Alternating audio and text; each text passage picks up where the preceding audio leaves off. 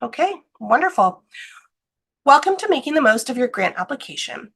During this webinar, we hope to help demystify the grant applications process. My name is Bailey Sterling, and I'll be facilitating this workshop alongside my colleagues from NNLM Region 3. Before we get started, we just want to know a little bit more about who's joining us today. So if you can, please say hello and enter your state into the chat. And I'll pause just a moment so everyone can just start doing that.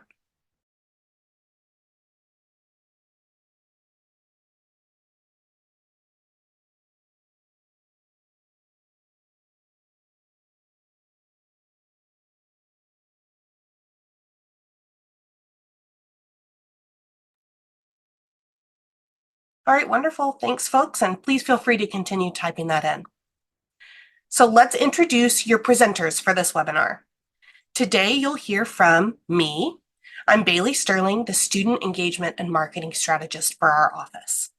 You'll also hear from Brandon Kennedy, Health Information Strategist, Katie Pierce-Ferrier, Data Science Strategist, and Sheila Scott, Project Support Specialist. So before we begin talking about grants, I just want to give you a little history about the National Institutes of Health, so you have a little bit of background about who we are and what we do. So starting here at the top, the National Institutes of Health is the nation's leading medical research agency. Many of you might be familiar with the National Cancer Institute, which is one of the many institutes or centers at NIH. Another one of the institutes or centers is NLM, or the National Library of Medicine. And NLM is the world's largest biomedical library, which maintains and makes available a vast print collection and produces electronic information resources like Medline Plus and PubMed, which many of you may use regularly. NNLM is the network of the National Library of Medicine, and we're an outreach program of the NLM. The NNLM is made up of 7 geographic regions, 3 national offices, and 3 centers. We, your instructors for this workshop, are from Region 3, and we serve the states of Arkansas, Kansas, Louisiana, Missouri, Nebraska, Oklahoma, and Texas. And our office is located in the University of North Texas Health Science Center at Fort Worth, Texas. At NNLM, our mission is to provide equal access to biomedical information to health professionals, as well as access to quality health information for the general public, so they're better able to make informed decisions about their health. We do this through resources on our website, funding of projects, in-person trainings, and webinars just like this one. Over the next 2 hours, we will discuss resources for finding available grants, including those from NNLM Region 3. We will explain the different sections of a grant application, identify components to include with a grant proposal, describe elements of the budget proposal, and identify common mistakes made by proposal writers. To write a successful grant proposal, you need to identify the funding source for your project. That's really the big first step. This will help give you the information you need to write your application. So I do have a question for the audience. Where do you go when you are looking for grant money? And if you could share just one resource, please feel free to do so in the chat. It's great to see where everyone looks for money and where other people in this webinar might be able to lean on each other's expertise. So please feel free to enter some of those resources in the chat if you would like. And thanks ahead of time for sharing. We're really grateful to all of you for being so participatory. And I'm going to pause just a moment while people can type in the chat.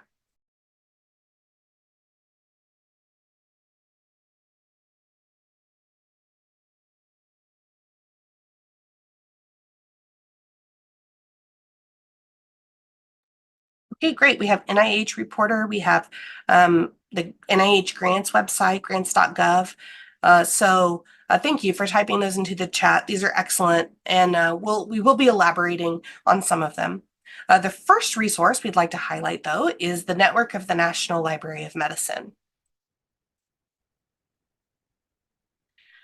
A membership in the network of the National Library of Medicine is completely free. It's really easy to join.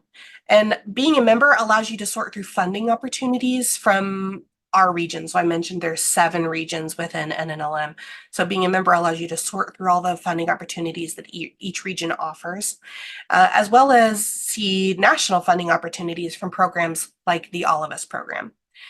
Please make sure you select the region you're from. Oh, I'm so sorry, I got ahead of myself.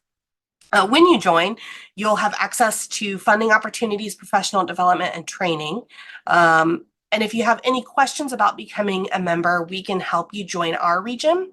Or if you're not located in one of our 7 states, we can help you get in touch with the folks in the region where you are located. So now back to what I was saying. When you go into the NNLM website, when you're a member, you can sort by region. So please make sure you have selected your region, whatever region you're located in, to find the best funding opportunity for you. If you are in Region 3, you can also see our funding opportunities and more on the Gibson D. Lewis Library page. That's our home institution. So let's take a look at what's available on that website. Our website on the Gibson D. Lewis Library page was created to be simple and easy to navigate. We have news, information about our office, open funding opportunities, and details about our monthly Health Bites webinar, which takes place typically on the second Wednesday of each month at 10 a.m. Central. In February, though, Health Bites will be happening a week early on February 7th, and it will cover generative AI and libraries. And that's a little side note in case you would like to join us for that. It's coming up in just a few weeks. You can also find our newsletter on this website and see a staff directory of all the awesome folks in our office. But most pertinent to this workshop is if you click on funding opportunities, you will see the funding that is available in our region. We have funding opportunities available throughout the year, from outreach awards, exhibit awards, to professional development opportunities. Our Health Information Outreach Award aims to provide support for projects that improve health information literacy and increase the ability of consumers, caregivers, students, and other members of the public to find, access, and use health information. So please feel free to visit this website if you want to know more about what Region 3 has to offer. So I just want to acknowledge the elephant in the room, and it's that reading and writing grants can be can be confusing. And so we want to eliminate any uncertainty when applying for grants, and that's why you're all here. We're always happy to work with you on this. To start off, you should definitely carefully read grant announcements, and if there's any confusion in the application, please contact us. We want to make sure that you have a positive grant experience, and so we're here to help when it comes to NNLM grants. It can be frustrating to have no idea about the language or lingo of the grant process, and this can definitely be a barrier when it comes to applying for funding. If you don't know the language, though, don't worry. There are free resources to help. NIH is not only a great place to locate funds, but it's also full of free resources. You can find this page that you're seeing here at grants.nih.gov. This page has a glossary, an acronym guide that can help you understand grant jargon. Some of the most common grant acronyms are RFPs, RFAs, CFAs, and so on. But what do these even mean? Let's talk about it. So I'm going to give you a few definitions of some common acronyms, and these are all using the NIH glossary that you can access on that page that I just showed. So let's describe some grant lingo. So starting at the top here, RFP, or Request for Proposal, announces that NIH would like to award a contract to a certain need. RFA, or Request for Application, is a formal statement that solicits a grant or cooperative agreement applications in a well-defined scientific area to accomplish grant program objectives. This can also be known as a CFA, or call for application. So you might hear RFA and CFA kind of used interchangeably depending on who is offering the grant. FOA, or Funding Opportunity Announcement, is a publicly available document by which a federal agency makes known its intentions to award discretionary grants or cooperative agreements, usually as a result of a competition for funds. PA, or Program Announcement, is a formal statement about a new or ongoing extramural activity or program. And then let's talk about LOI, or Letter of Intent. So sometimes prospective applicants are asked to submit letters of intent prior to the submission of a grants application. Usually, this includes the name, address, and phone number of the PI or private investigator, identifies other key personnel and participating institutions, and their request for application or program announcement identification. This is slightly different than the last term on this list, the letter of application, because the letter of application accompanies the application itself, while the LOI, or the letter of intent, is submitted before the application. Of course, there are many other terms associated with the grants process, and you can find the full NIH glossary by visiting grants.nih.gov. And you'll see also the resource guide. There's a resource guide that has been dropped into the chat here. Now, I know it's everyone's dream to receive a $1 million grant to make a big change, but did you know that smaller grants can have just as much of an impact on a community? When you start small, you gain the confidence and credibility you need to apply for larger grants in the future. So let's talk about different types of organizations that offer funding. Excuse me. If I were looking to fund a project in my community, the very first place I would always look for funding is with the government. Grants.gov is an excellent resource for finding funding. A few examples of government funding bodies are the United States Department of Health and Human Services, National Institutes of Health, Centers for Medicare and Medicaid Services, and so on, including the network of the National Library of Medicine. After looking for government funding sources, I would look for funding opportunities outside the government websites through foundations. There are various types of foundations with different priorities and funding requirements. However, there are over 3,000 foundations in the Dallas-Fort Worth area alone, that's where our office is located, that offer grant funding opportunities to the community. Please make sure you check your communities for foundations that are offering funding through grants. There are grants available for small businesses too. Start by looking for small business grants in the US on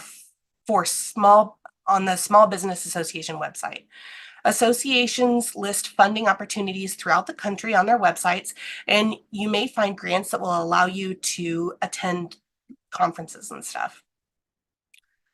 For university staff, there may be grants available from within your institution, and that's wonderful if that's available to you. But if you haven't had luck with those types of opportunities, open your search to other grant funders. If any of you are at a university, universities also have subscriptions to databases to search for funders. And one such database is like Pivot. You may have heard of that. So before we switch to talking about where places you can find grants, I have a question for the audience, and please feel free to put your answer in the chat. Can any of you think of other types of funders? And some of them have been listed up in the chat already, but please feel free to share other types of funders in the chat. And I'll pause for just a moment.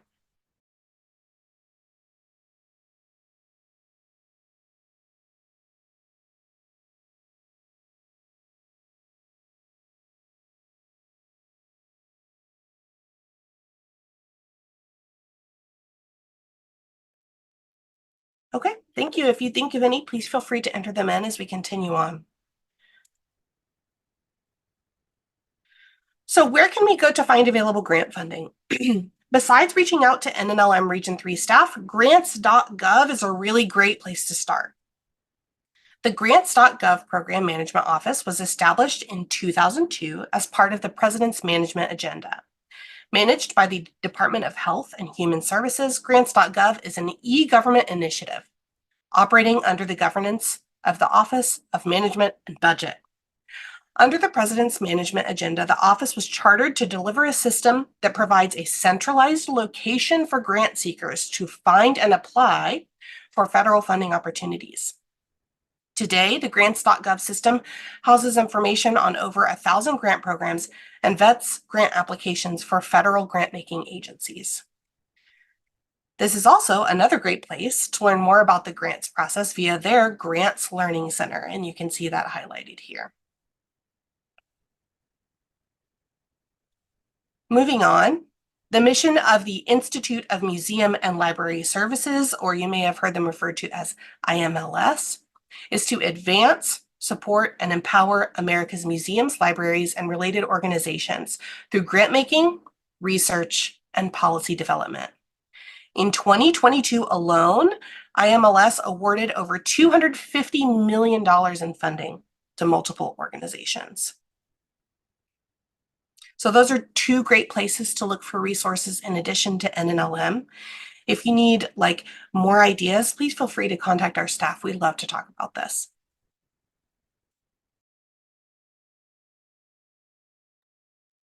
So unfortunately, it's not uncommon for scammers to attack prospective government grant applicants. They're known to reach out in lots of ways, to make big promises, try to look official, and to ask for your information and money. When applying for government grants, here are some things you definitely should remember. The government won't get in touch with you out of the blue about grants. It won't call, text, reach out through social media, or email you. It will not offer you free government grants of any kind, much less grants to pay for home repairs, medical costs, or other personal needs. Real government grants require an application, and they're always for a very specific purpose. Learn more for free at grants.gov. Never share your financial or personal information with anyone who contacts you directly. Government agencies will never call, text, message you on social media or email, or ask for your social security, bank account, or credit card number. In fact, no matter who they say they are, don't give out that information. Once a scammer has your information, they can drain money from your accounts or steal your identity, and we don't want that to happen. So just remember that an application is always required. Never pay for a list of government grants, and don't pay any upfront fees. The only place to find a list of all available federal grants is at grants.gov, and that list is free.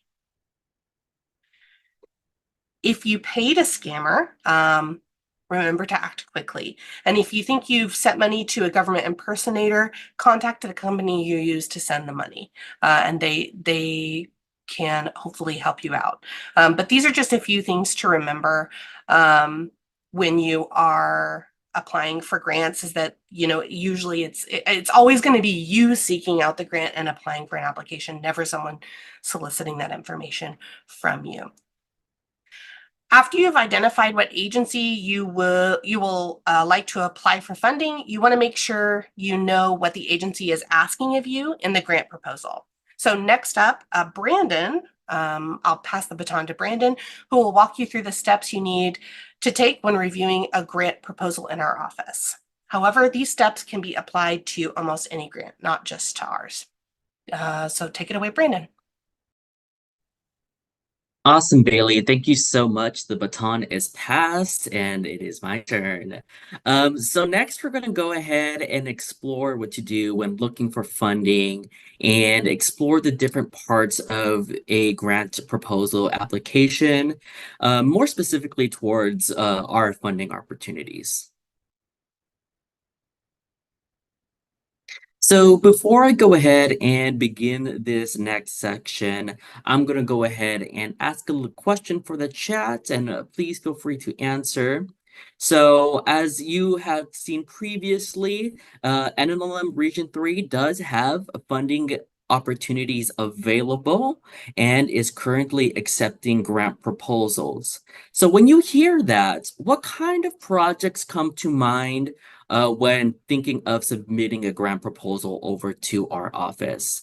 Please feel free to put those thoughts and ideas into the chat. We would love to know what those are. And again, if you ever have any questions about an idea, you can go ahead and email one of us or contact one of us, and we would love to explore it further. So please feel free to put any ideas into the chat.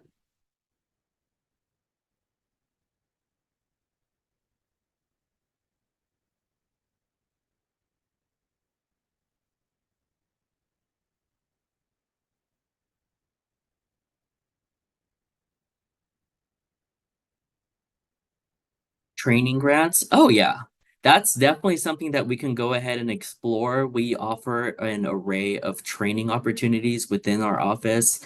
So if that is something that you want to go ahead and explore, or if you have any ideas, please go ahead and contact one of us and we can go ahead and figure something out. So thank you very much for that response. If anybody else has any ideas in mind, please keep those ideas in your thoughts as we go through this section of this webinar. So now that you have some thoughts on what a grant proposal is, let's go ahead and explain it. So a grant proposal is an application that is submitted to an organization with the explicit intent of securing funding for a project. So most staff members in nonprofit organizations define a grant proposal as a request for money. However, that definition is only superficially correct. To achieve the best results for your community and the project focus group, nonprofits need to think of grants in a different way. So first, you need to go ahead and consider that grants from a funder's point of view is a little bit different. So for funders, a grant award is an investment in positive change. It's a tool they use for having an impact on issues they care about. You also should go ahead and consider that grants from a mission-focused perspective can be very enticing to grant funders, since the point of a grant award is to make an impact rather than making money or anything of that sort. The real point of a grant proposal is to rally the necessary resources to help a nonprofit fulfill its purpose. A grant proposal is actually a call to action, and it's a request that a funder join the nonprofit as a partner in achieving specific results. At its best, a grant proposal well, is a persuasive, well-supported argument for change. So now that we've gone through and talked a little bit about what a grant proposal is, there are a few things you should consider before you start writing your grant proposal. You'll go ahead and want to make sure that you do a lot of things, and one of them is specifically preparing. You want to go ahead and develop a specific, meaningful, actionable plan for what you want to do and why you want to do it. This is in part of that preparation. And you want to consider how your plan will achieve positive results. After you go ahead and prepared and thought about what plan you want to go ahead and put into action, define your fundraising goals. Are you looking for 100% funding from a grant, or do you have other sources of funding for the project?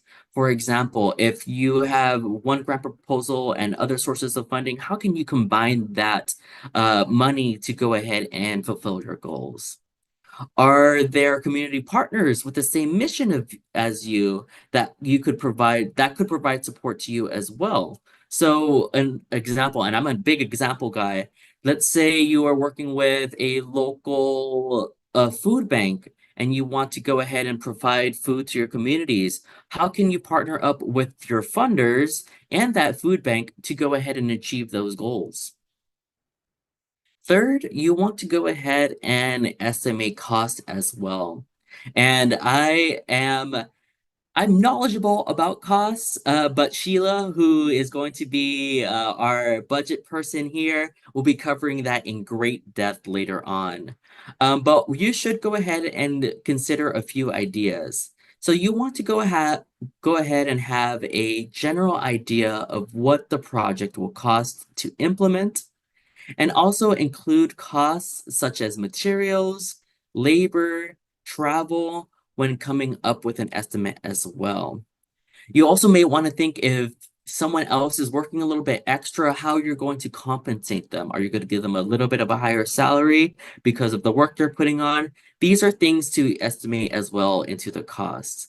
And you also want to consider how you're going to go ahead and sustain the project if this is a goal or objective of the grant proposal.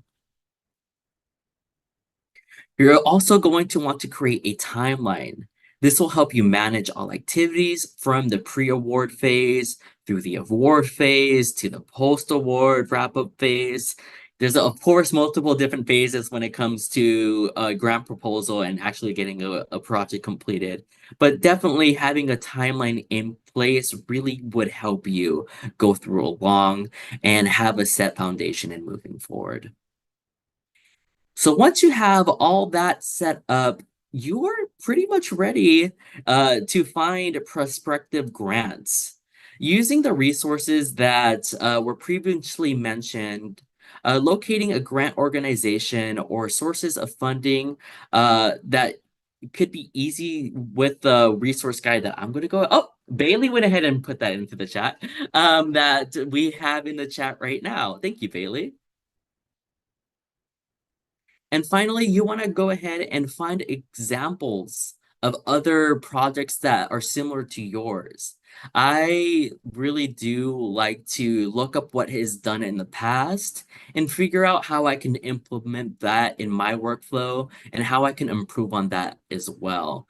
So if there's something that has been done in the past or a project that you want to emulate, it might behoove you a little bit to contact those project organizers and ask them how they got things done and how you can implement those ideas within your project as well. Next slide, please. So another thing that you want to go ahead and consider is using a checklist. A checklist is a great way to get organized when starting the proposal process. On this slide is an example of a checklist for getting started found on grants.gov. It is a list of steps to help you get started when applying for federal grants, but it can also be helpful and adapted for any application process that is not on grants.gov. We have included a link to this in our resource guide if you are interested in using it. No matter what you decide to use, we highly recommend having a checklist to keep you on track. And we also recommend that you contact us as well if you feel like your checklist is getting crazier, if you want to make sure that you're meeting each of the goals for our grant proposals. There is something about checking off boxes that just leaves you so satisfied, and having a checklist would be very useful when coming up with a grant.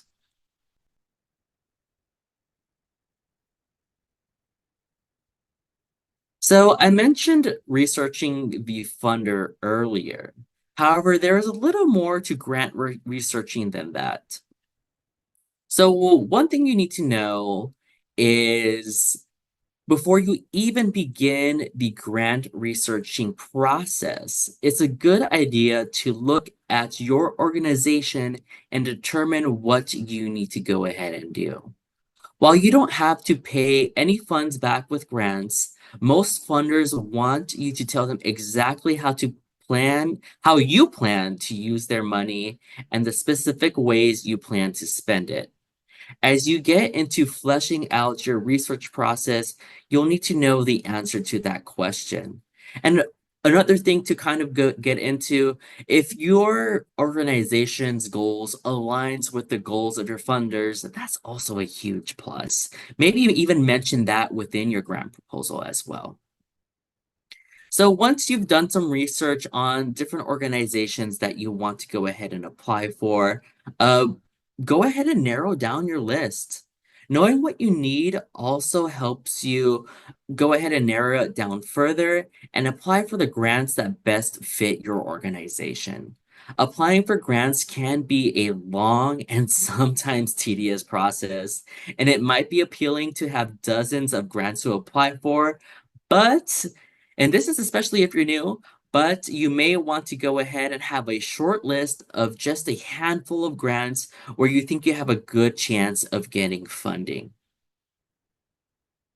So once you have that short list of organizations and grants that you want to apply for, go ahead and begin your research in terms of does these short list of organizations really do fit your needs? As you learn about funding, you might consider setting up a calendar or a biannual or quarterly on a biannual or quarterly basis so you don't miss any new grants throughout the year as well. If one opportunity closes, maybe try looking for another. That's really important to remember. And one last thing to remember as well is that most grants have all sorts of qualifications and requirements, both for applying and for spending funds as well. These aren't merely suggestions, but an essential part of the grant process. If you miss any of these qualifications or requirements, you may need to go ahead and resubmit your proposal. And if you don't, it would be disqualified, or it may be disqualified entirely. Again, I'm going to harp on this. If you have any questions about submitting a grant proposal, especially to us, NNLM Region 3, please ask us. We sometimes like to pre-review grants and let you know if you're missing something. And if that can be fixed before you formally submit your grant, that's amazing. So again, keep track of any specific requirements or qualifications that stand out or are unique for specific grants before you formally submit one. So here are some best practices to consider for your grant research. One of them is, and I'm sure we should all know this, is to keep track of everything. As soon as you start digging into the grant funding process, you'll quickly learn that there are lots of dates, and not to mention the paperwork that you need to keep your eye on. So your best bet is to develop a system that allows you to keep track of important deadlines. Determine what will work best for you, if whether it be a spreadsheet, a calendar, a project management tool, and make sure that you get everything you need to stay on track. I know for myself, some deadlines sometimes mesh together. So it's really important to keep everything on track and make sure that you have your dates and paperwork ready. You should also consider creating your own little grant library. You probably have spent lots of time already at this point researching different opportunities, and don't let that newfound information go to waste. Maybe you're not ready to apply for a grant now, but maybe next year you will be. Have that information readily available for you. So when you are actually ready to apply for a grant, you have that information in mind. So again, compile everything that you have learned in one place for future reference. You never know when it'll come in handy. You also should go ahead and build a template for applications. If there's one thing you want to avoid, it's copying and pasting your entire grant proposal and submitting the same thing to all of your prospective funders. Again, you need to remember that every grant proposal is going to be just a little bit different. So if you're just copying and pasting everything and just multi-applying to different organizations, you may have accidentally missed out some qualifications and requirements within that grant proposal or for that specific organization and get disqualified. Another thing that you want to go ahead and do is establish a network. If your organization is looking at local or community grants, check in with past winners and applicants and ask about their experience applying for grants within that community. You'll likely learn a variety of tips and tricks you might not have considered otherwise. And you can use those tips to strengthen your application. And also know your needs. I mentioned this earlier, but it deserves repeating. Look at your organization first. Know how much funding you need, what you need it for, and how you plan to spend it. That can help you immediately start your research with a much more targeted list of grant organizations.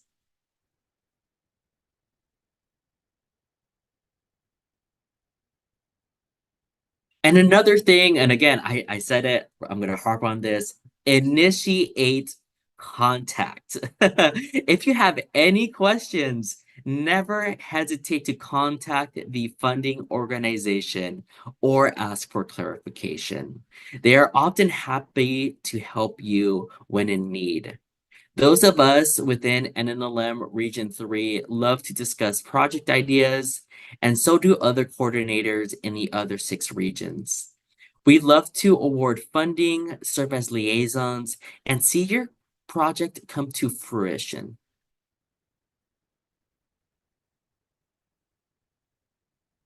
So now that you're getting to know the grant and you've found the right grant for your organization's needs, you've done the planning, you are ready to begin the steps for submitting a proposal. Now what?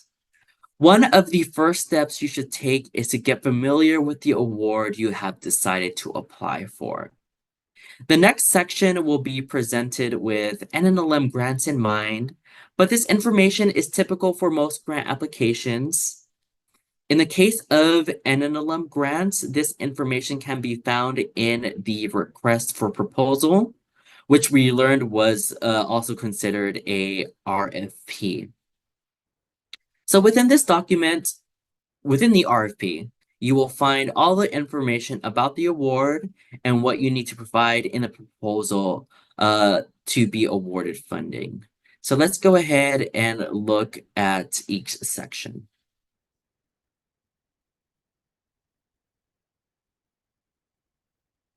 So the first section in most awards is funding information. Here is where you'll find important details about the award, such as period of performance, amount, number of awards available, and application deadline. So the period of performance, this lists the dates for the beginning and the ending of the project performance or period, or where you can go ahead and start the project and when it needs to be wrapped up. The amount is where you can find the maximum amount of funding for the award. However, you can ask for less if your project fits the criteria. For the number of awards available, you will find that sometimes there are multiple awards available within an organization versus just one. And for example, we offer multiple different types of health information outreach awards. And then you'll also go ahead and see an application deadline. Some applications do have a hard deadline, but some awards are ongoing, such as our professional development awards. So just make sure that you know what the deadline is before applying.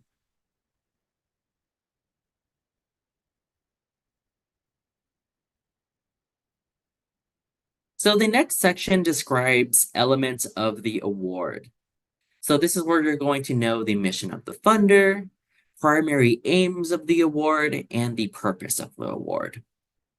So for the mission, this is where you will learn about the funder, and this may include the mission, vision, and information about the goals and objectives the funder has for the work that they do.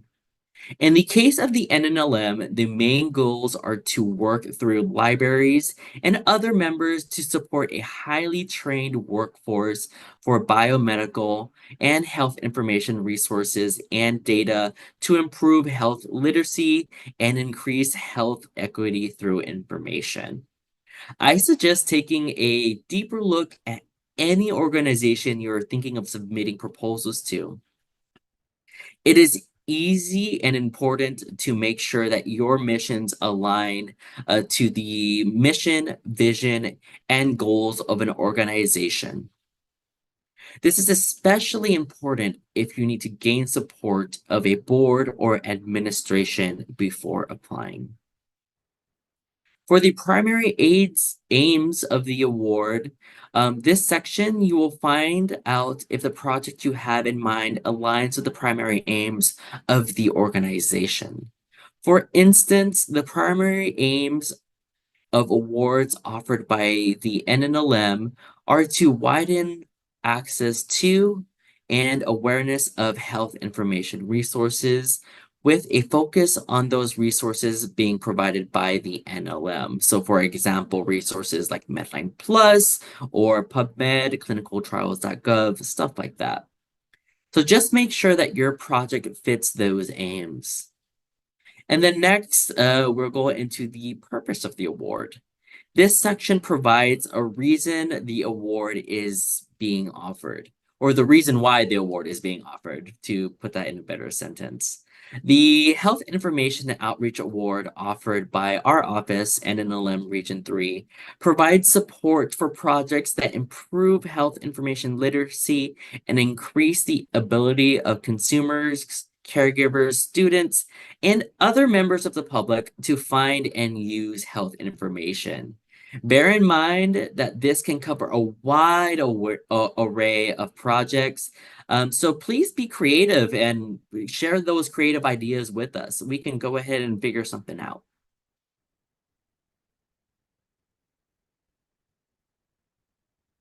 So all applications provide information about what is required when submitting a proposal.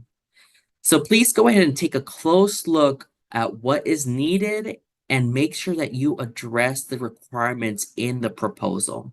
For instance, NNLM awards require one or more NLM resources to be included in the project. This can be use of materials found in NLM resources for teaching purposes, or to build toolkits, or to impart health information. Preferences refers to what the funder will be looking for when reviewing the proposal, and this usually refers to increasing information access, prioritizing underrepresented populations, geographic locations, and being able to serve underserved populations and other demographics that contribute to unequal access to health information.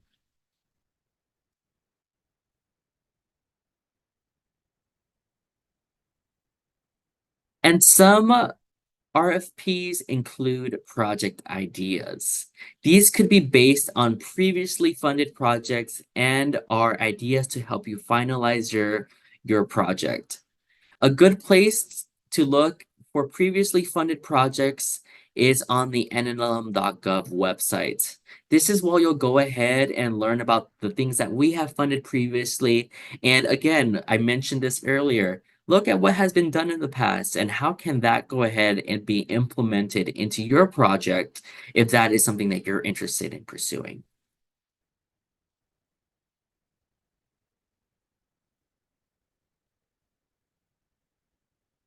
Another thing is determining whether you are eligible to apply for and receive a federal grant, or any grant for that matter, is something that is very important to link into.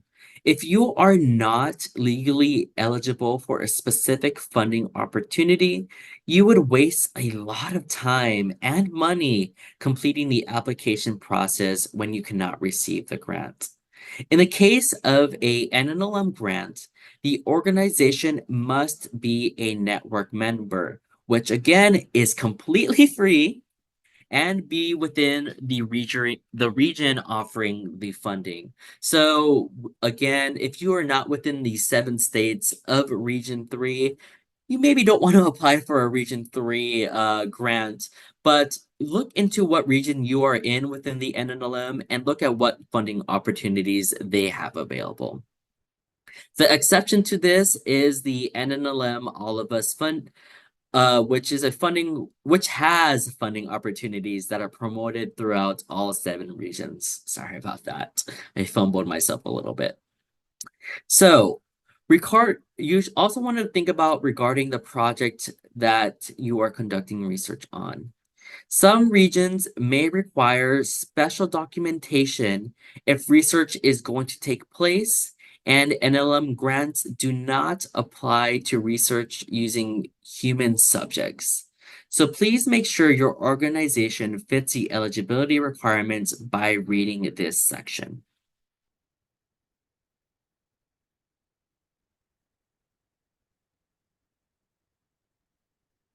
So to go ahead and recap, here are a few do's and don'ts about going ahead and doing a project proposal. So again, do your research, read the request for proposal, create a timeline, and reach out to the funder above all. And again, don't give up. If you go ahead and get rejected, look for the next grant opportunity. Or if you will have questions, go ahead and ask the original funder and ask, hey, my proposal got rejected. Do you mind giving me some feedback? More than more than not, so they'll use the worst you can get is a no. And it's great to better build on to that repertoire or that kind of things that you've done in the past to go ahead and move forward and apply for funding in the future.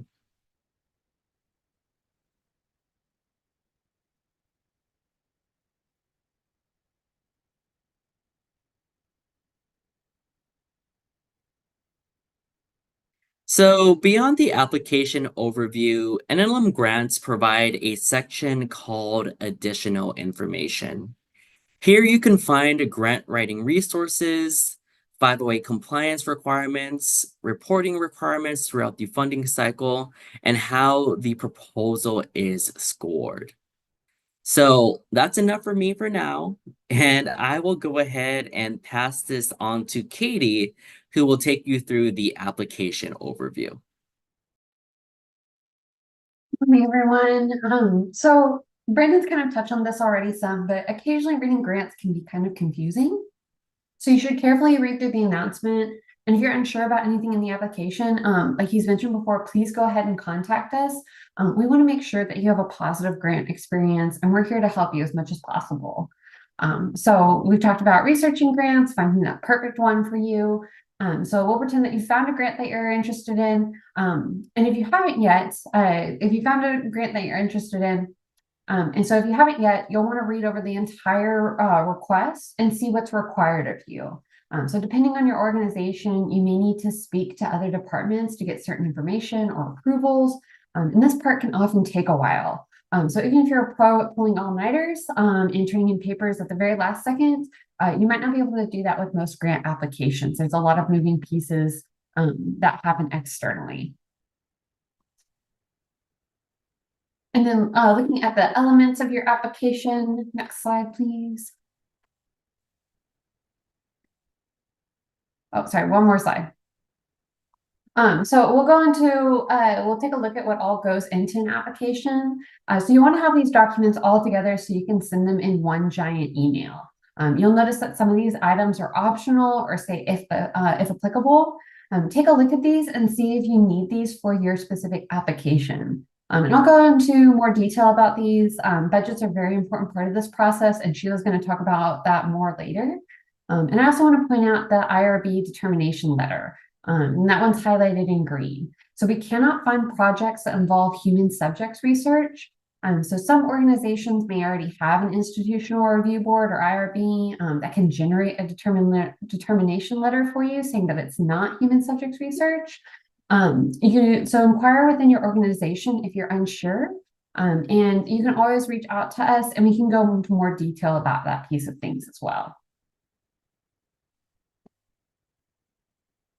And then next slide. So we'll start looking at the full project proposal and what all that consists of. So the first page is going to be your project information page. And this is just a one-pager that gives you some basic information about the proposal. Essentially, it's kind of the cover sheet for your proposal. So we asked for lead organization, and while several organizations may be working together on this grant, the lead organization is the office that will be contracting. So just one organization, and that organization will be responsible for submitting invoices and being reimbursed. And she will cover that in more detail, but we want to know who the lead organization will be. And this organization does need to be an NNLM member organization, which is free to join, and there's a link in that resource guide. Then we want to know who the project lead is. So several people may be working to write this proposal, and I highly suggest that you do gather a team to do this. But we want the name of the one primary contact person to reach out to. We'll also need the tax ID, an institutional DUNS number. You'll need a unique entity identifier or SAM number that's created in sam.gov, just sam.gov. So you'll want to reach out to the person in your organization who would be responsible for creating this number.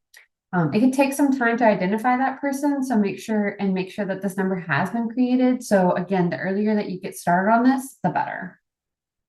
So we'll also ask if your institution has applied for funding in the current grant cycle, which started May 1st of 2021. If you're not sure, just shoot us an email. We can definitely find that information out for you. And then the final thing is we want on the first page is the total amount that you're requesting. So we have several different grants for different amounts. And if you only need $20,000 instead of the full $25,000, this is where you'd let us know. But make sure the amount that you're requesting does not exceed the amount available for that particular grant that you're applying for. So the max that we can offer for like our health information outreach award is $25,000. So make sure you don't ask us for like 30,000 or something without fully explaining that. And then next slide. So after the project information sheet is a narrative portion of the grant. And this starts with a project title. So this is the name that will refer to your project throughout the year if you're funded. And this is what's going to be presented on our website. So you want to keep it short but descriptive. We also want a project summary, about a paragraph or two. We're looking for a concise description of your plan, and this may also be shared on your website. So this is where you list any partner organizations that are working with you, whether you'll provide training to anyone, and the proposed start and end dates in this narrative. And again, make sure that the dates of the project fall within the dates listed on the call for proposals. So for example, our current grant awardees, they started in the fall of 2023. And they have to all be completed with their projects by April 30th of this year. So the end of our fiscal year, April 30th, is a hard deadline. We don't have any wiggle room with that just because of the way our funding is set up. So keep in mind, you'll need to stay within these designated timeframes. So then moving on to the narrative piece, and this is really the heart of your application. It's probably the largest portion of it as well. So this is where you tell us the story of what you want to do, why it's important, and how you'll measure the impact of your project. And so remember, this is going to be read by people who aren't familiar with your community or your organization. So you want to avoid jargon, acronyms that might be unfamiliar to people. We aren't as familiar with your community or your organization as you are. So if in doubt, always give more information. You can give statistics on your community, such as demographic information. And if you do that, please provide the sources for where you got that information. You also want to tell us about your project goals and objectives. So you want to make sure that these goals line up with the scope of the grant that you're applying for. So for example, NNLM's mission is to improve health information literacy and increase the ability of people to find, access, and use health information. So you want your goals to align with that sort of theme. Then with implementation, tell us how you're going to meet these objectives. What are the major tasks and who's going to be responsible for them? You might want to also include a schedule or a timeline for implementing your plan and be realistic in your estimate. We want you to be successful and not stressed trying to make all these crazy deadlines. Again, projects should plan to start in the fall and have to be completed no later than April 30th of 2025. And there's evaluation, but I'm actually going to touch on this in the next slide. For publicity and promotion, you want to mention the specific NLM resources that you plan to use in your project. And we really like to see this portion of it. We want to see how NNLM products are integrated into your proposal. We have more products than you think. So I encourage you to check out some of our NLM product guides. And that link is in the resource guide as well. But these go over how different audiences use our projects and how the different audiences use our products and can help you get some ideas for incorporating them into your project. So you want to tell us how you plan to get the word out to the community, consider your target audience, and how they typically get that information. So then going into sustainability, like many funders, we aren't able to offer continuous funding. We like to fund new innovative projects, but we want to see how this work will continue after the funding period ends. If you produce materials, are they going to be archived somewhere online? Is this a pilot project that you're hoping to improve or expand? Are you creating materials or purchasing supplies that can be continued to be used after the grant is finished? That's all information that we want to know. And then the last section is on personnel qualifications. You'll mention the staff involved in the project from your organization or any other partner organizations that are involved, and describe their roles and experiences. If you have a new if you're building a new instruction course module and you have 10 years of instruction experience, we want to know that. If you're revamping a website and your background is in graphic design and content creation, again, we want to know that information. This helps us see why you're the best people for this project. And then next slide. So now we'll go a little bit more into the evaluation plan. How do you know if you've met your goals or not? Are you counting attendance? Are you handing out surveys?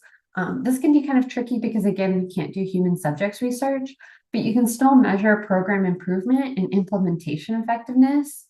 So you want to think this through before you begin the project.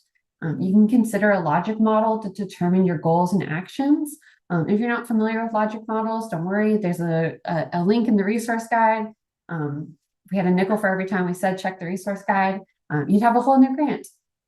But project outcomes through ALA is another great evaluation resource. It's a free toolkit designed to help libraries understand and share the impact of their programs and services. So again, that's free. That's a really great way to look at different evaluation options. And then our National Evaluation Office through NNLM, they have some resources in Spanish and English. So if you're interested in those, we're happy to connect you to those as well. And then next slide, please. So kind of as you're writing your narrative, you're telling your reviewers what you plan to accomplish with this project. So keep in mind that for most awards, you'll be asked to write reports detailing how the project is progressing and how successful you are. So consider what success means to you, and this really depends on what type of project you're undertaking, but you need to figure out what you need to measure that. If you listed other organizations that you'll be partnering with, see if you can get someone from that organization to write a letter of support. A letter sharing their enthusiasm for the project can really go a long way. And this helps us see that you have those community connections and that people are invested in the project idea. Next slide, yeah. And so it's been mentioned before, but it's so important, I'm going to touch on it again. Have someone else read over your proposal. Make sure names are spelled correctly, any acronyms are spelled out, that your statistics are cited. Try to have someone outside of your department or organization read it to see if they're confused by anything. If they have questions, our reviewers will probably have questions too. And the next slide. So as I finish up, I just want to leave you with a few tips and tricks. Begin early. Some things will take longer than you thought, or something will come up at work and you won't have time. Just as a reminder, our call for proposals is due March 1st. So apply often. I know it's a time-consuming process, but it's also a numbers game. The more often you apply, the more likely you are to be awarded. And once you've pulled the demographics for your community, you can use that information on many different applications. So make sure you include the project information page that summarizes your application. That sort of cover sheet is really important. Finally, answer any questions that you think others might come up with based on your proposal. There shouldn't be any surprises in the application, especially between the budget portion and the narrative portion. And then be specific. If you have a link to a particular item you're planning to buy, that can be really helpful to include. You don't have to commit to that specific item, but it'll give us an idea of what you're planning.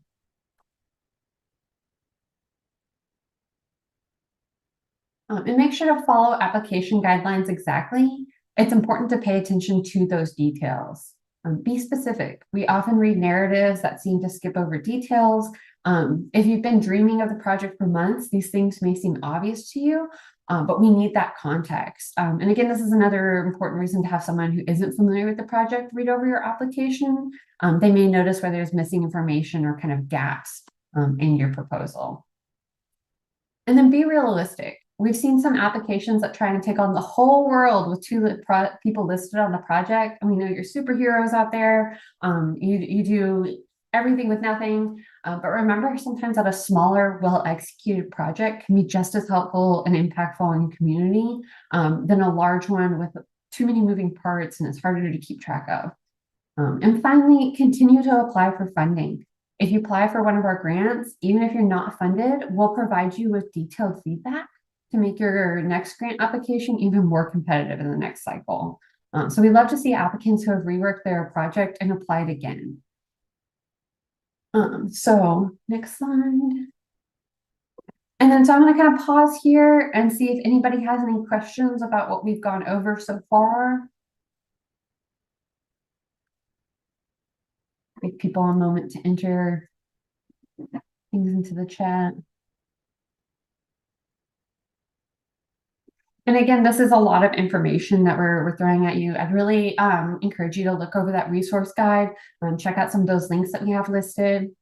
And even if you don't have questions right now, you can always email us later as you kind of look over our call for proposals. We're happy to answer your questions later on too.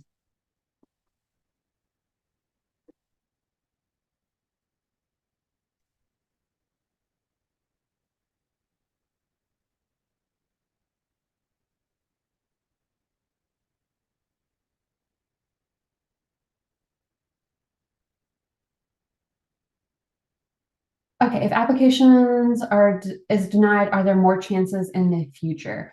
So for our office, we have a call for proposals that opens every year. It kind of varies from organization to organization, but there's a lot that's open on a regular time period. So even if your application is declined, if you apply this year and it's declined, you have another chance to apply again in the future for it.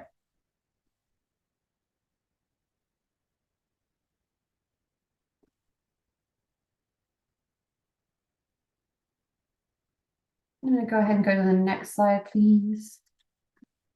And so we'll also have more time for questions later. As you think of them, feel free to go ahead and drop them in the chat.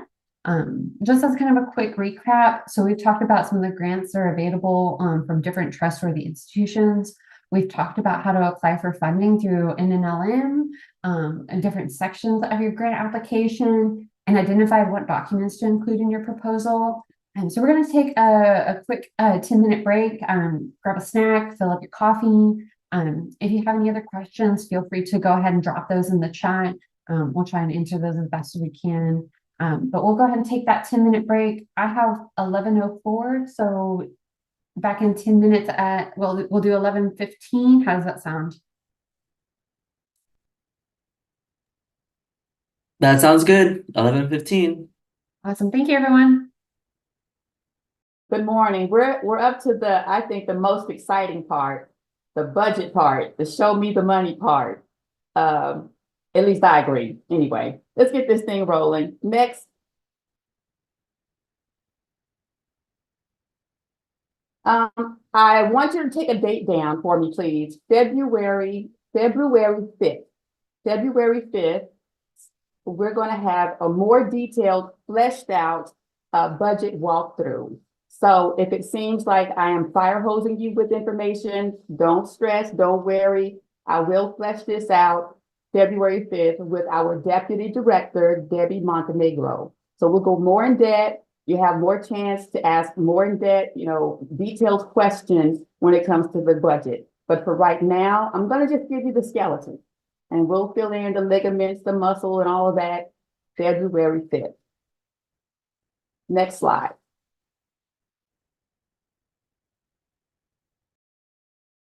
we'll talk about terminology, budget narrative, common categories, and building an example of a budget, and things you want to think about and ponder as you're constructing your budget.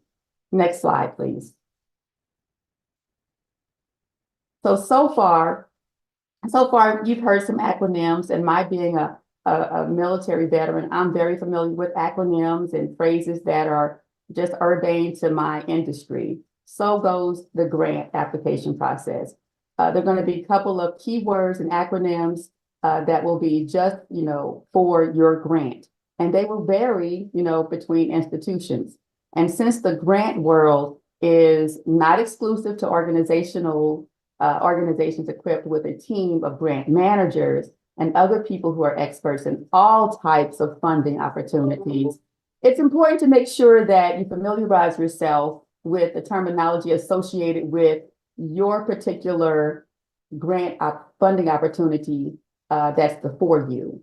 So when going through the requirements for a funding opportunity, you may find a word, an acronym that you're not familiar with, which you're not familiar, and do your research. I use Google, Google it, as they say. I would recommend that when you Google this particular term that you're not familiar with, add the word grants at the end of it. And if that doesn't work, when in doubt, reach out.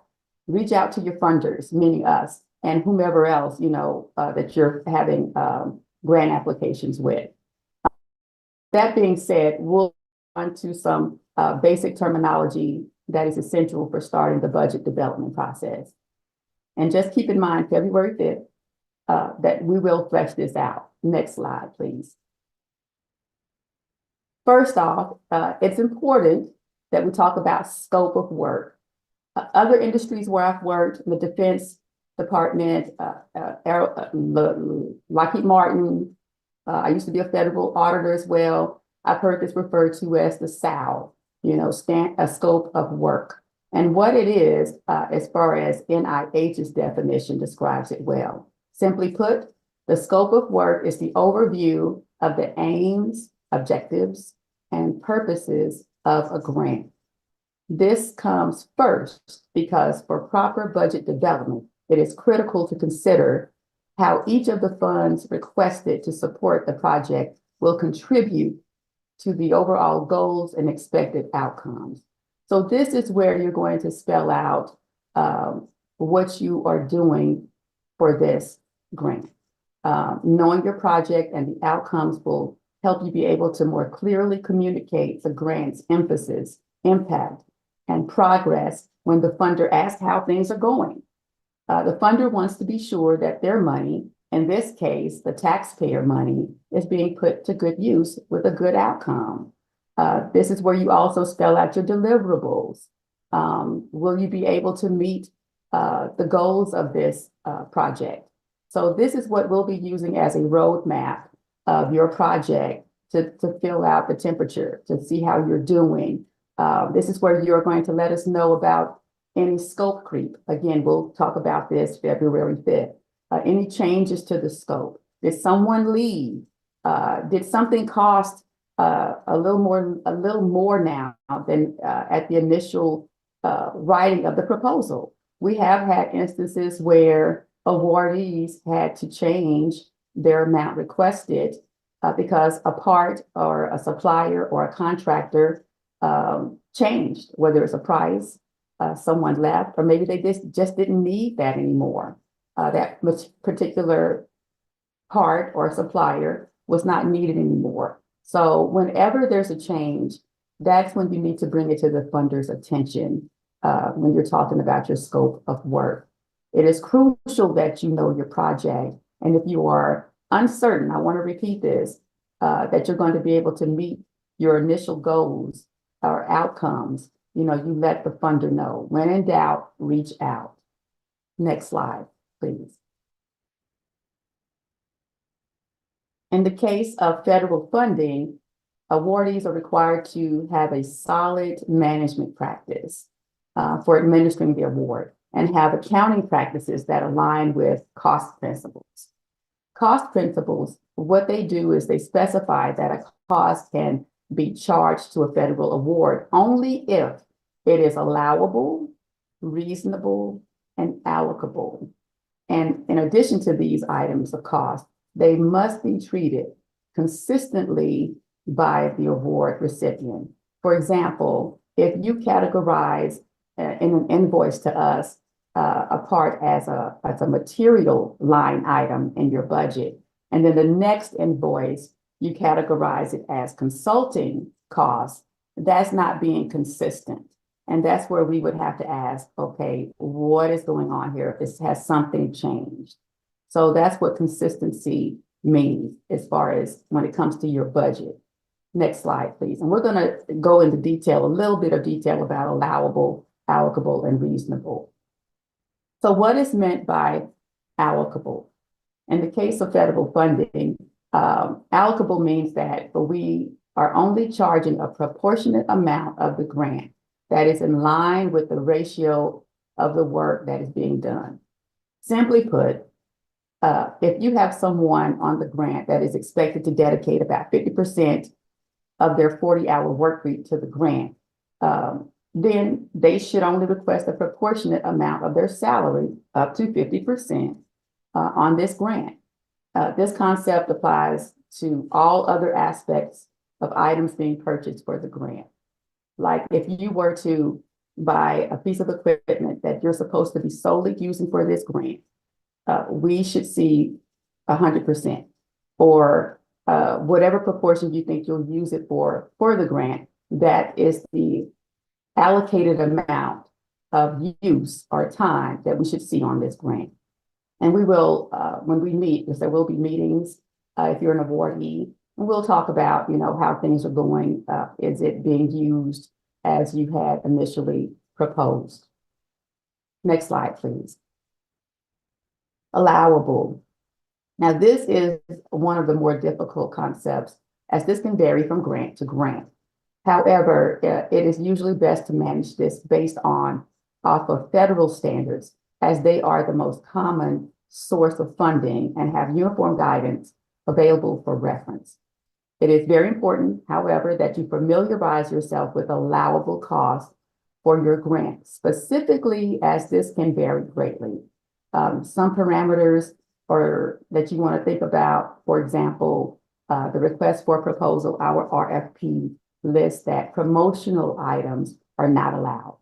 Promotional items include, but are not limited to, clothing, commemorative items such as pens, mugs, folios, lanyards, and so on. But a good point of reference for this, as far as what's allowable and not allowable, is the NIH grants policy statement. And again, this will be in your resource guide that we're going to make sure that all of you have access to. And also 7.9, allowability of cost activities on the website nih.gov. But we get that question a lot. So there is no silly question or around what's allowable and what's not, because it does, again, vary from the funders and the grants. Next slide, please. And again, February 5th, we will go into more detail about what's allowable and what's not allowable, what's allocable and what's not allocable, and what's reasonable, and so on. Here are a few examples of unallowable costs, because people really want to be concerned about that. With this particular one, cost of entertainment. You cannot take your team to Las Vegas. We're not paying for that. We're not doing that. Personal expenses. You likely wouldn't pay for your personal groceries using a company corporate card. So the same rule applies here. Alcoholic beverages, we're not paying for that. Membership dues, costs included in F&A, also known as facilities and administration, because it's considered a different category, such as indirect costs. We'll talk a bit more about that. But again, February 5th, we'll go into more detail. Another one that is surprising to me, proposal costs, which is the time spent writing the proposal for the award. When I was at Lockheed Martin, and on the inside and also as an auditor, certain percentages of the proposal costs were allowed. So again, be sure to follow the terms and conditions of the grants and the request for applications to make sure that what you're applying for, what you're including in your budget rather, is allowable or unallowable. There are exceptions for food.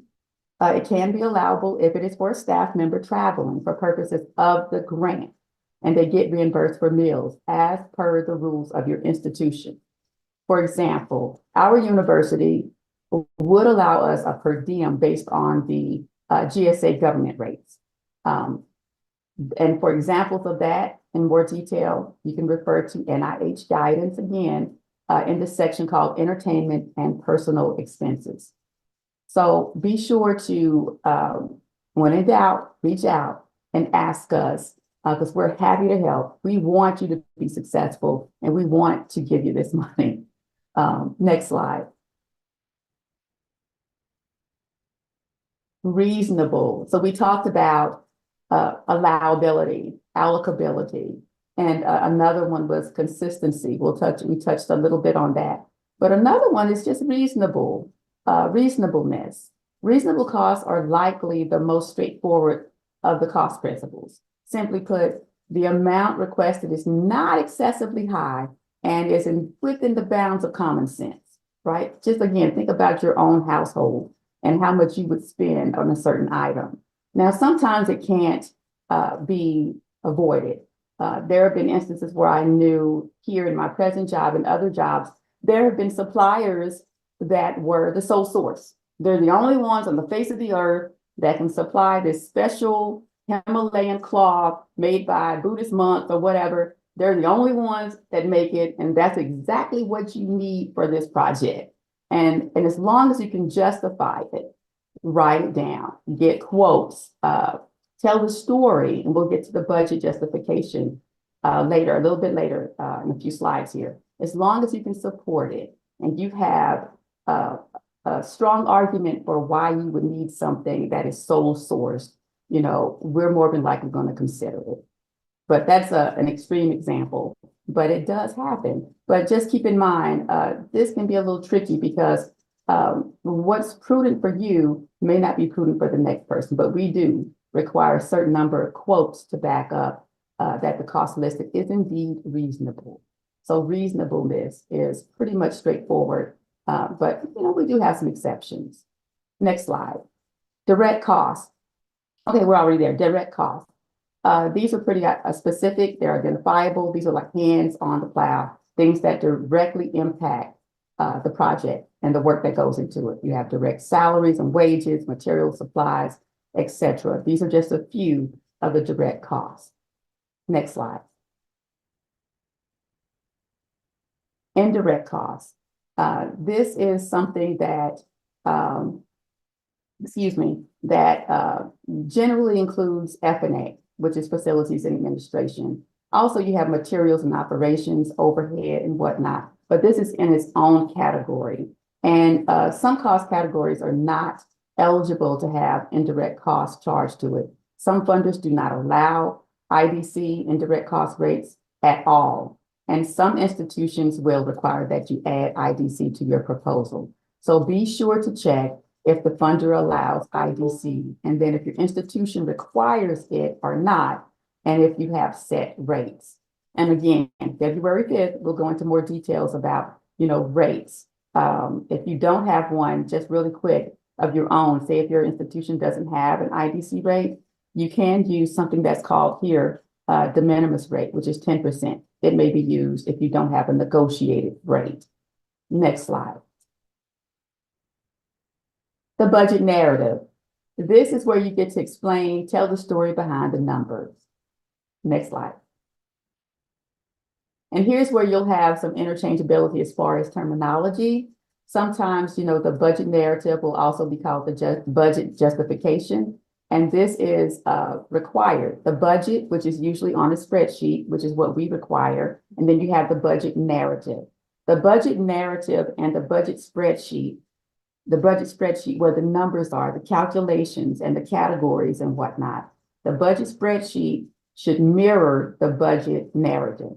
They should mirror each other. I should be able to read the narrative where I break down why I have this person here, how much their salary is, and break their salary down and break how much allocable time they'll be spending in the budget narrative, I should be able to trace that number that I've identified in the narrative, my storytelling, to the budget spreadsheet. It is extremely important part of having a successful budget, a proposal rather. The justification, the narrative, provides the applicant with the opportunity to show a clear understanding of how the anticipated and requested costs will support the aims of the project. This is where you tell your story. Next slide. Budget categories. I've touched upon this earlier. Well, you'll have different categories, like in your home, your household budget. We have those here too. Next slide. These are some categories that we expect to typically see in your budget proposal, your budget narrative and budget spreadsheet. Salaries, fringe benefits, equipment, material supplies, and the category of indirect costs. So these are just a few. I'll touch upon a few, not all of them. Again, February 5th. Next slide. So in this picture, we'd like to paint a picture of, a few highlighted categories. And this one is salaries and wages. This is where you're going to describe and justify the roles of the people that you've identified for this particular grant project. First off, let's start with salary and wages. In order to have a project, you need people to see it through and to work on it. Once you've assigned roles and an idea of expectations for the personnel, it can be easier to decide what else will be needed in the other categories. I would, if I were you doing this, I would flesh this out first to get a view of, how the rest of the grant monies can be spent. Because you're more than likely to cut costs in other areas, but if this person is the person for this job specifically and has the background, the qualifications to get this done, I would flesh this out first. But you can use it or refuse it, as I tell people. And of course, when you're in doubt, reach out to us. Often the budget narrative will require the name, degrees, qualification, title, role, etc., and dedicated time. And we'll talk about that in detail February 5th. Next slide, please. Fringe benefits is another common category we tend to see. These are typically allowances, services, and programs that are provided for by employers as compensation. Some examples are like vacation pay, sick pay. At the proposal stage, it can be very, very tricky to know off top of your head what someone's specific election is for their insurance without asking them for that information. So checking with your organization's pretty much their HR or someone who handles that for the benefits percentage is a wise idea. Please don't wing it, because we do want you to have an accurate, this is pretty much where you can have more of an accurate number than the other common categories. Next slide, please. Here's some things you need to consider when you're building your budget. What is the maximum amount you can apply for? And just because it's a maximum doesn't mean that you have to go for the maximum. And if you do happen to go over, here's a tip. If you do find yourself going over it, or it looks like you just can't meet that cap that we have, when in doubt, reach out. We have helped out people to suss out some areas where they could probably do without or modify to come either at or below the amount of the grant award. What is the budget period? If you need something to happen for this period, it starts, I think, May, as far as the awardees being able to start. If you need something like next month in March, this might not be the one that you want to apply for, because the award is going to be after March of this year. So I think it's typically May is when they start work on the budget, on their proposed project. Are there restrictions? Would I be able to do this project with the funds being offered? Do you have the capacity? If this is going to require 5 men to work on your project, and right now you only have 2 people to do it, maybe you want to change your project ID, or maybe not just apply for this particular project for this particular funding. So just some consideration. Next slide. As with anything, can we do this? Travel. This is another common category. Again, it must be applicable for this to be allowable for this project that you're applying for the grant. If there's travel, if you have to go to see your supporters or your partners that you're doing this with, you know, that could be allocated to the project. What we don't want to see is your to Paris on here. We're not paying for that.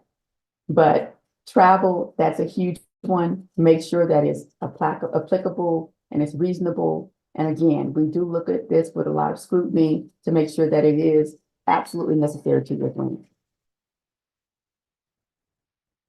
Next slide, please. Sorry about that. ODC, other direct costs. We'll go into detail about this February 5th. Again, I want to keep weaving that through. These are some categories and other direct costs. Consulting, we've had that with some grant awardees, materials and supplies. Again, be sure that you planned out and ask someone, you know, what do we need in these categories? Are they necessary? And how much will they cost us? Next slide, please. So I talked about going over an example budget, very simplified. And so I'll keep it really simple. Sometimes they are simple. Next slide. Sometimes we've had some awardees have very simple budgets where they just have a person and they have materials and supplies. That's it. We just all salaries, wages, fringe, and materials and supplies. Because this person was just, say, building a kit. You know, so sometimes they can be pretty simple. So again, with the common categories, salaries, wages, fringe, you know, these are things that we would typically see or will tend to see. And again, this budget spreadsheet, and we do have a template for you to use if you would be awarded. This should mirror what you wrote.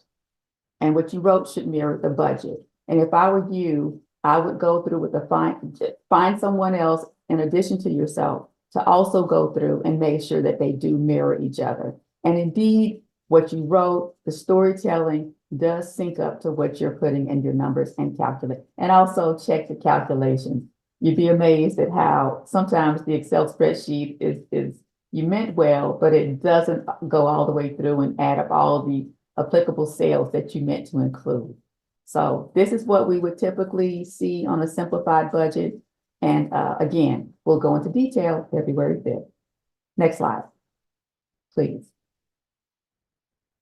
Things to consider. I think just from what I've seen, some things you want to consider. I want to repeat, you know, is it allowable? Is it allocable? And is it reasonable? And would it be consistently portrayed throughout the life of the project?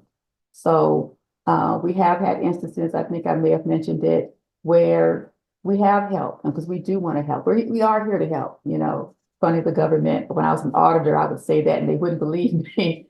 I would be there to help you because we want you to be successful. We want you to be good stewards of the grant. And we want you to be successful in helping the community at large, because that reflects on us, it reflects on you. And we really do want our taxpayer money to show up to do good. Make sure that you reach out if you're in doubt. I can't say that enough. Next slide, please. Questions to ask. I've just covered that, so I won't beat that with a over the head with that. Next slide, please. Recommendations. When you're creating your spreadsheet for your budget, have someone else read it. If you know someone who maybe doesn't have anything to do with your project, an outsider, someone who doesn't say know the language. I think someone and mentioned it earlier, try to stay away from jargons and acronyms. Have someone who does not know, who's completely new, newborn eyes, you know, read your budget narrative and match it, try to match it to your spreadsheet. If they can't understand it or have questions, we, the funders, will more than likely have the same questions.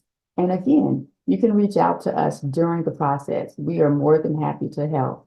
I would say that I've done that with a couple of our awardees this year, is answering just, you know, whatever questions you may have.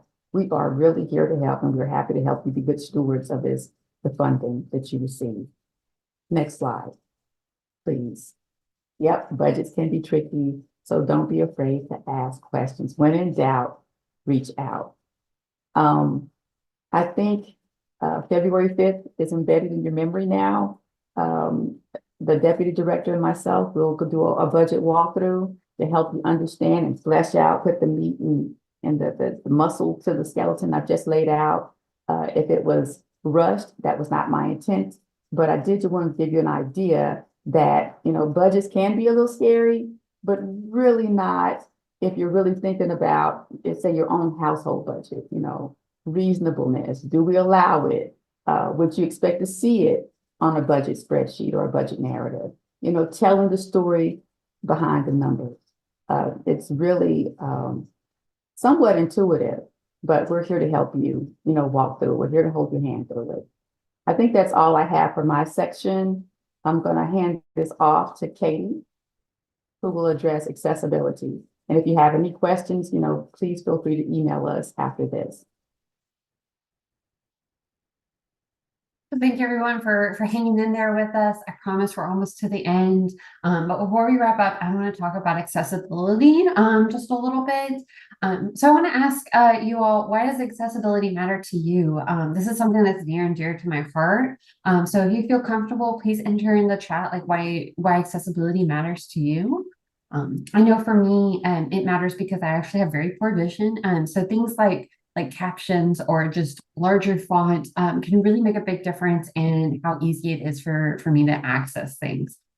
So accessibility is important to me because there's small little changes that you can make that make it just much more easy for people to be able to access things.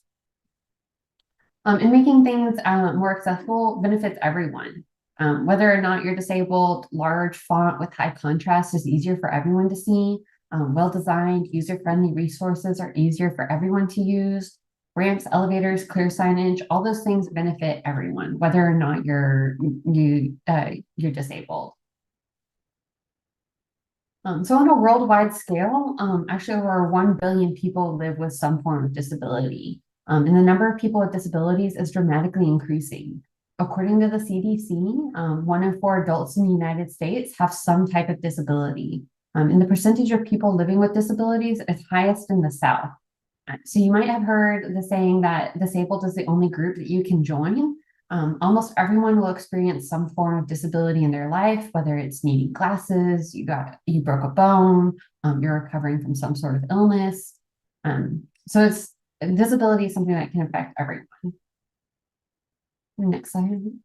So in 1998, Congress amended the Rehabilitation Act to require federal agencies to make their information accessible to people with disabilities. So this applies to all federal agencies whenever they develop, procure, maintain, or use electronic information. So under Section 508, agencies must give disabled employees and members of the public the same access, comparable access to information as others. So if you're developing any sort of online or print materials, content, video, anything like that, it needs to be accessible.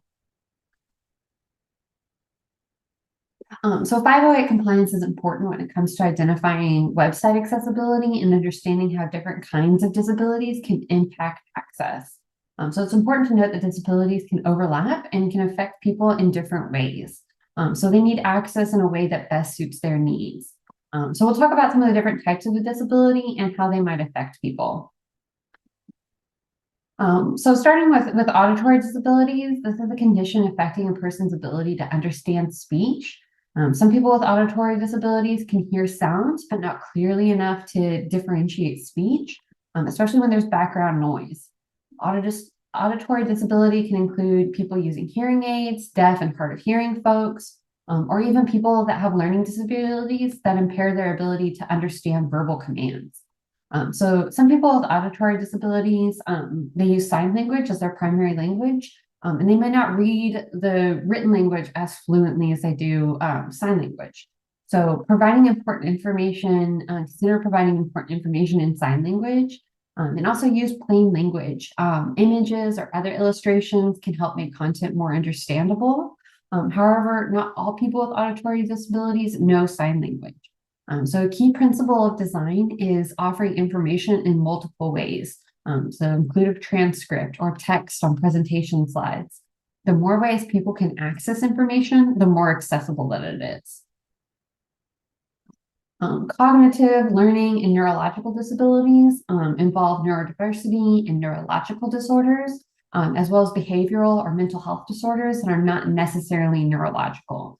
So this is kind of a very wide array of disability types. But some examples of barriers are long passages of text that can be intimidating and hard to read.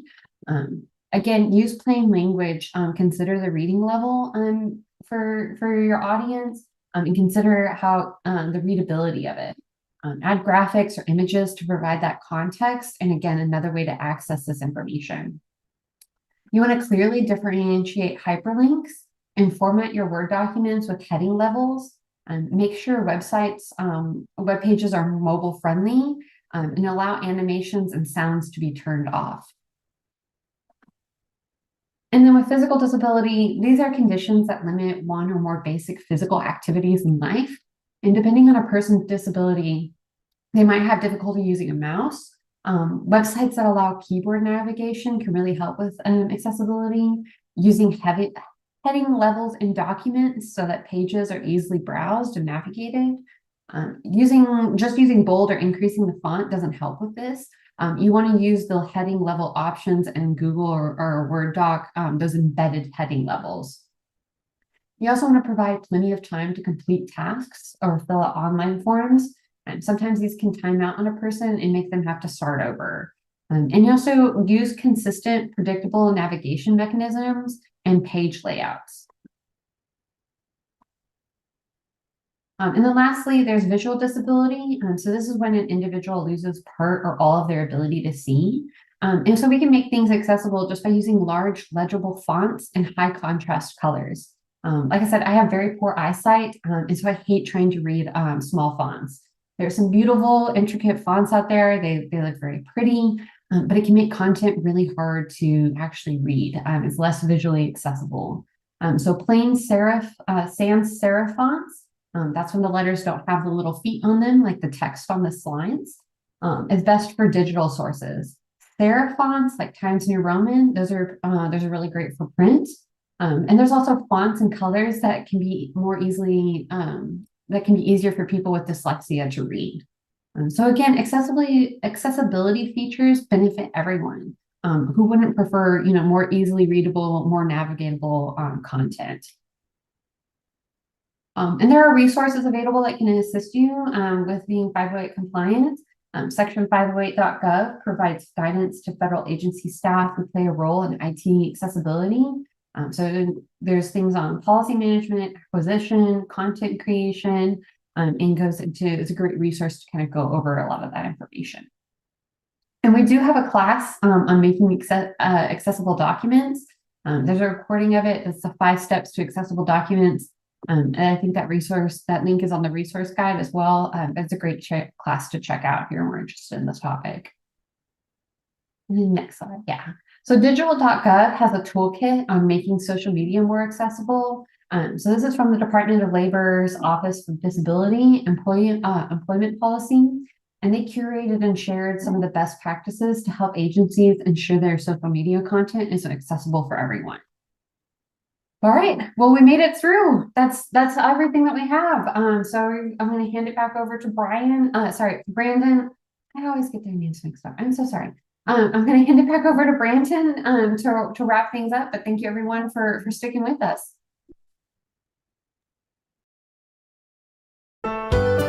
Thanks for watching. This video was produced by the network of the National Library of Medicine. Select the circular channel icon to subscribe to our channel, or select a video thumbnail to watch another video from the channel.